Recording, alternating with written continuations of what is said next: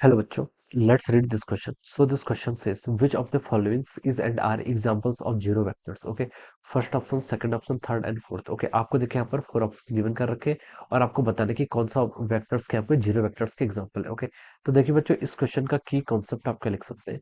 The key concept of this question is our zero vectors. क्या लिख लीजिए, zero vector will be the key concept of this question. Okay, zero vector देखिए क्या होता है.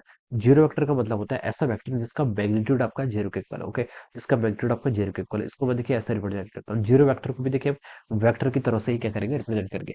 ऐसा वेक्टर जिसकी जो लेंथ होगी वो किसके इक्वल होगी, आपकी जीरो के इक्वल होगी. This is the representation of the zero vector. Okay, तो देखिए बच्चों, अब हम इस क्वेश्चन को स्टार्ट करते हैं. ऑप्शंस में देखिए हमें क्या क्या बोला है.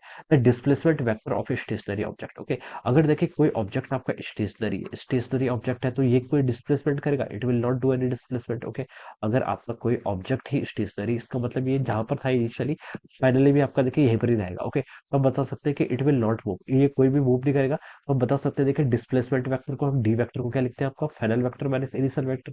तो r of vector minus of our r initial vector. Okay, दोनों वेक्टर आपके कोइंसाइड करेंगे तो इसका जो रिजल्टेंट आएगा वो कितना आएगा, जीरो वेक्टर. ओके, तो अगर कोई पार्टिकल आपका स्टेशनरी है तो उसका जो डिस्प्लेसमेंट वेक्टर आएगा वो किसके इक्वल होगा, आपका जीरो वेक्टर. ओके, तो ये आपका ए ऑप्शन क्या आपका बिल्कुल यहाँ से करेक्ट हो जाएगा. ओके, अब देखिए बच्चों, बी पर मूव करते हैं. बी पर क्या बोला है, the velocity vector of an stationary object. अगर कोई ऑब्जेक्ट ही स्टेशनरी है, ओके, तो उसकी वेलोसिटी किसके इक्वल होगी, जीरो के इक्वल होगी. तो वेलोसिटी कितनी होगी, जीरो के इक्वल होगी. तो बता सकते हैं जिसका वेलोसिटी वेक्टर होगा वो किसके इक्वल होगा, जीरो वेक्टर के इक्वल हो जाएगा.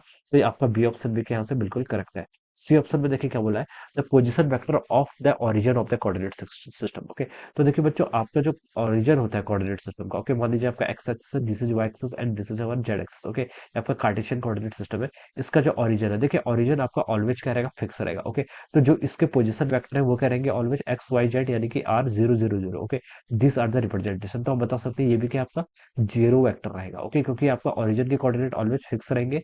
तो हम बता सकते हैं कि जो इसका पोजीशन वेक्टर है वो क्या रहेगा, जीरो जीरो जीरो रहेगा. So this will be zero vector. तो सी ऑप्शन भी क्या आपका करेक्ट है. डी ऑप्शन में देखिए क्या बोला आपसे, the acceleration vector of A object moving with uniform velocity.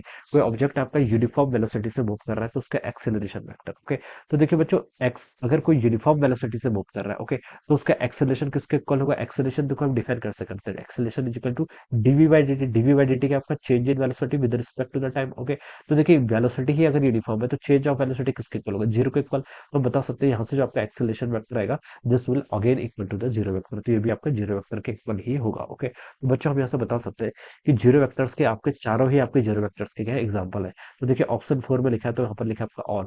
तो हम बता सकते हैं कि जो इस क्वेश्चन का ऑप्शन फोर होगा, this will be the right answer of this question. लिखा हो जाएगा इस क्वेश्चन के करस्पॉन्डिंग आपका करेक्ट आंसर हो जाएगा. Alright, so I hope you all understood this concept. All the best and thank you.